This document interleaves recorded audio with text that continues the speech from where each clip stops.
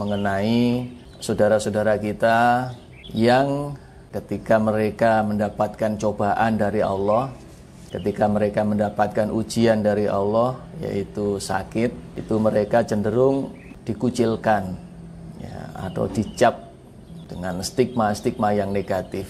Saya ingin mengambil satu hadis. Hadis ini dari Aisyah. Sa'altu Rasulullah sallallahu alaihi wasallam anit ta'un fa akhbaraha Nabiyullah sallallahu alaihi wasallam. Pada suatu hari aku bertanya kepada Rasulullah sallallahu alaihi wasallam tentang ta'un. Ta'un itu wabah. Kemudian Rasulullah sallallahu alaihi wasallam menjawab, "Innahu kana 'adzaban yab'atsahu Allahu 'ala may yasha." Sesungguhnya wabah itu adalah azab atau siksa yang Allah utus kepada orang-orang yang Allah kehendaki. Ini maksudnya kepada orang-orang yang menentang kepada Allah. Faja'alahu Allahu rahmatan lil mu'minin. Tetapi Allah menjadikan wabah itu sebagai rahmat bagi orang-orang yang beriman. Falaisa min 'abdin yaqa'at ta'un fayamkuthu fi baladi sabiron. Dan tidak ada dari seorang hamba yang terkena ta'un, yang terkena wabah ini, fayamkuthu fi baladi, maka dia tinggal di rumahnya, dia diam di rumahnya, nggak kemana-mana, sabiron, dengan sabar, ya'lamu annahu la yusibuhu illa ma kataballahu lahu, dia menyadari bahwa sesungguhnya musibah itu tidak datang kecuali memang sudah kehendak Allah, illa kana mithla ajri syahid, maka kecuali dia akan mendapatkan pahala seperti pahalanya mati syahid, pahalanya orang yang mati syahid. Kalaupun dia sedang sakit, sudah mendapatkan pahalanya orang yang mati syahid, kemudian sehat, sudah mengantongi pahalanya seperti orang yang mati syahid. Kalaupun meninggal dunia, maka mendapatkan pahala derajat meninggalnya ini derajat mati syahid. Bapak Ibu, saudaraku yang berbahagia, ketika ada teman kita, sahabat kita, atau orang-orang di lingkungan kita kebetulan mendapat cobaan dari Allah, maka itu rahmat. Jelas di sini dikatakan oleh Rasulullah SAW, faja'alahu Allahu rahmatan lil mu'minin. Bagi orang-orang yang beriman, wabah itu adalah rahmat. Nah, sekarang ayo kita berpikir, kita sadar, kita paham dengan hadisnya bahwa dia sedang mendapat rahmat Allah. Lalu apa alasan kita untuk menjauhi mereka, mencap negatif kepada mereka, mengucilkan mereka? Takut ketularan, takut kena juga. Oke, takut ketularan, takut kena, kan tidak harus membuat pikiran kita jadi negatif dan jadi jelek kepada orang itu. Menghindari boleh, ya, menjaga jarak boleh.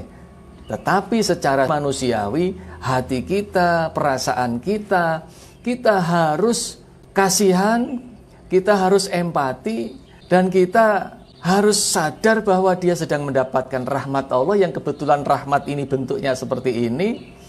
Maka bagaimana caranya supaya yang terkena ini punya semangat, moralnya juga tidak jatuh, tidak merasa dikucilkan, tidak merasa dianggap aneh, tidak dianggap menjadi pembawa penyakit di kampungnya dan sebagainya, yang selama ini cenderung terjadi di masyarakat. Bapak Ibulah nanti yang akan memberikan edukasi-edukasi kepada masyarakat, maupun kepada yang sakit, maupun kepada keluarganya yang sakit. Kepada yang sakit dan keluarganya, kita besarkan hatinya, ya. Kita berikan support, jangan patah semangat, jangan kecil hati. Ini kamu sedang mendapatkan rahmat dari Allah. Kamu sedang disayang oleh Allah. Kamu harus sabar menjalani. Sebab kalau sabar menjalani dan akhirnya Allah memberikan sehat, maka lulus mendapatkan pahala yang sederajat dengan pahalanya orang yang mati syahid. Andai kata ditakdirkan oleh Allah meninggal dunia, maka meninggal dunianya dalam keadaan mati syahid. Kadang-kadang Bapak Ibu Saudaraku yang ada anggota keluarganya meninggal dunia, itu kadang-kadang sedihnya berbeda dengan ketika kena sakit biasa, Bapak Ibu. Itu kesedihannya berlipat-lipat. Berbeda dengan ketika ditinggal meninggal dunia karena sakit biasa.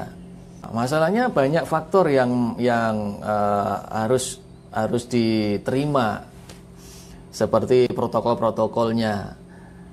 Tidak boleh ada yang takziah. Kemudian pada saat memandikan, menyolatkan juga keluarganya nggak bisa melihat, keluarganya nggak boleh menyaksikan. Kemudian di cara pemakamannya juga ya seperti itu. Tapi ayo kita berikan pemahaman bahwa itu mati yang mulia, itu meninggal yang mulia, mati syahid, kematian yang diinginkan oleh banyak orang, kematian yang diinginkan oleh kaum muslimin, mati yang mulia derajatnya, mati syahid.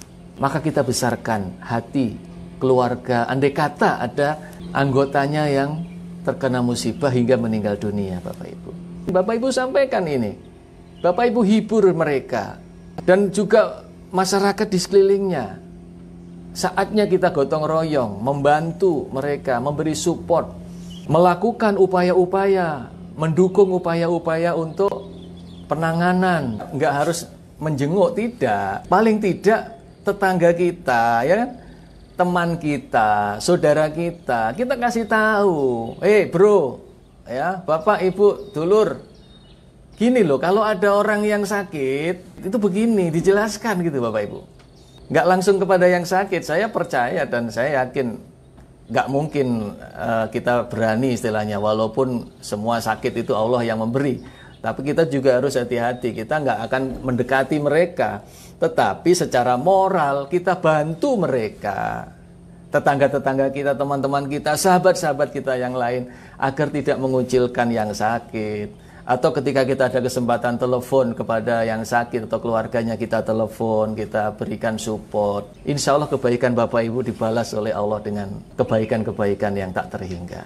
Mudah-mudahan kita menjadi hamba-hamba Allah yang selalu menebarkan kebaikan kepada orang lain.